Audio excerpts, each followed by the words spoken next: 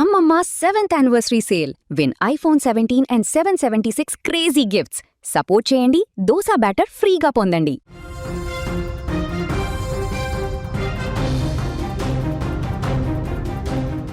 తెలంగాణలో సామాజిక భద్రత పెన్షన్ల పంపిణీ వ్యవస్థలో ప్రభుత్వం ఒక సంచలన మార్పుకు తెరదీసింది. లబ్ధిదారుల కష్టాలను తీరుస్తూ ముఖ్యమంత్రి రేవంత్ రెడ్డి సరికొత్త నిర్ణయం తీసుకున్నారు. ఇకపై పెన్షన్ సొమ్ము కోసం గంటల తరబడి వేచి చూడవలసిన అవసరం లేదు.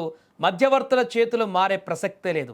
లబ్ధిదారుల చేతుల్లో రూపాయి పెట్టే పాత పద్ధతికి గుడ్ బై చెప్తూ నేరుగా వారి బ్యాంక్ ఖాతాలలోనే నగదు జమ చేసేలా సరికొత్త డిజిటల్ విప్లవానికి శ్రీకారం చుట్టనున్నారు. తెలంగాణ రాష్ట్ర వ్యాప్తంగా లక్షలాది మంది వృద్ధులు, వితంతువులు, దివ్యాంగులు, గీత, చేనేత కార్మికులు చేయుత పథకం ద్వారా ప్రతి నెల ఆర్థిక సహాయాన్ని అందుకుంటున్నారు. ప్రస్తుతం చాలా చోట్ల గ్రామాలలో అధికారులు, పోస్టల్ సిబ్బంది ద్వారా నగదు రూపంలోనే ఈ పెన్షన్ల పంపిణీ జరుగుతోంది. ఈ పాత పద్ధతి వల్ల క్షేత్రస్థాయిలో అనేక ఇబ్బందులు వస్తున్నట్లుగా ప్రభుత్వం గమనించింది. పెన్షన్ సొమ్ము పంపిణీలో తీవ్ర ఆలస్యం కావడం, కొన్ని చోట్ల అవకతవకలు జరగడం, మధ్యవర్తులు లబ్ధిదారులను ఇబ్బంది పెట్టడం వంటి అంశాలపై ముఖ్యమంత్రి రేవంత్ రెడ్డికి అనేక ఫిర్యాదులు అందాయి. ముఖ్యంగా వృద్ధులు, దివ్యాంగులు పెన్షన్ కేంద్రాల వద్ద పోస్టాఫీసుల ముందు ఎండనక వాననక గంటల తరబడి నిలబడాల్సి వస్తుంది. కొన్ని ప్రాంతాలలో బయోమెట్రిక్ సాంకేతిక సమస్యలు, రికార్డులలో తప్పుల వల్ల లబ్ధిదారులు తీవ్రంగా నష్టపోతున్నారు. ఈ సమస్యలన్నిటికీ శాశ్వత పరిష్కారం చూపాలని సీఎం రేవంత్ రెడ్డి భావించాడు. అందుకే పెన్షన్ పంపిణీ 100% డిజిటల్ మోడ్లోకి మార్చాలని అధికారులను ఆదేశించాడు. ఈ కొత్త సంస్కరణల ప్రకారం ఇప్పటి వరకు నగదు రూపంలో పెన్షన్ తీసుకుంటున్న ప్రతి ఒక్కరికి బ్యాంకింగ్ సౌకర్యం కల్పిస్తారు. సొంతంగా బ్యాంక్ ఖాతా లేని లబ్ధిదారులకు పోస్టల్ బ్యాంక్ లేదా ఇతర ప్రభుత్వ బ్యాంకులలో కొత్తగా ఖాతాలు తెరిపిస్తారు. ఈ అకౌంట్లను లబ్ధిదారుల ఆధార్ నెంబర్లతో అనుసంధానం చేసే ప్రక్రియను వేగవంతం చేశారు.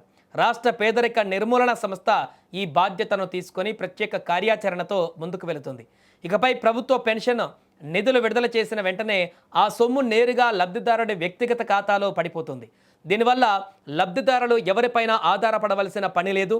తమకు నచ్చిన సమయంలో దగ్గరలోని ఏటీఎంలు, బ్యాంకులు లేదా మైక్రో ఏటీఎం సేవల ద్వారా డబ్బులను సులభంగా డ్రా చేసుకోవచ్చు.